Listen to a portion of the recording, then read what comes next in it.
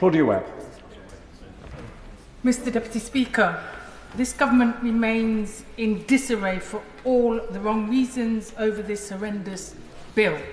I applaud the noble lords in the name of decency and humanity in bringing forward the amendments they have.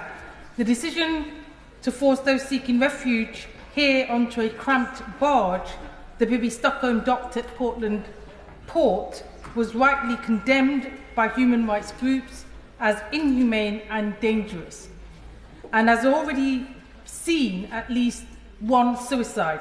Yet this government wants to outdo itself in its contempt for human rights and life by sending vulnerable asylum seekers who have already been through a living and torturous nightmare to get here to a country our Supreme Court has ruled cannot be considered safe, and is now resisting amendments from the other place that are clearly designed to prevent injustice and to stop the government exploiting the Illegal Migration Act 2023 to truncate the process of forcing refugees to a country that does not become safe simply because it is called safe. That's how profound the Conservatives' contempt for justice and the rule of law is. The idea that Rwanda becomes safe simply by declaring it so is self-evidently nonsense. Nothing more than a manoeuvre to scrape for votes by pandering to racism. If the government declared tomorrow that Gaza is a safe destination, would that mean no more bombs, bullets or starvation there?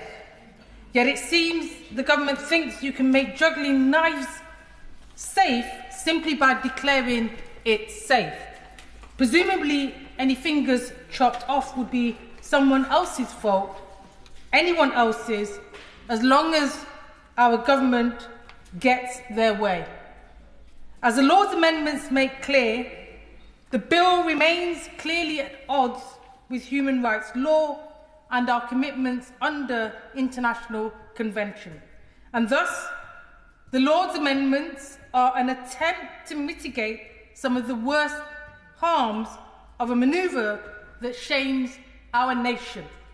One that in effect tries to opt the UK out of international human rights law by saying courts cannot take it into account, whilst the Prime Minister tries to save face by saying the UK won't actually believe in those international agreements.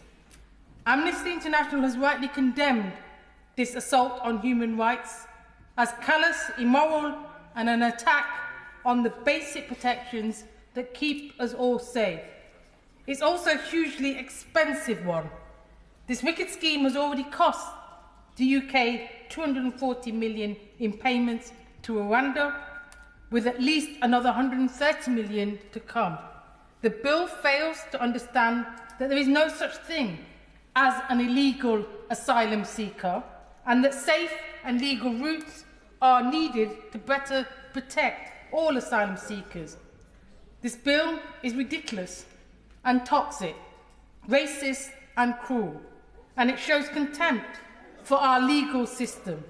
Supposedly the government would have you believe that such attitudes reflect British values.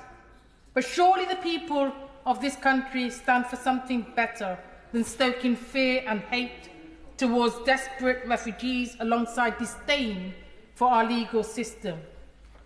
I believe this whole bill should be rejected, but I support all of the amendments sent from the other place, as they go at least some way, Mr Deputy Speaker, to reducing its poison. Thank you.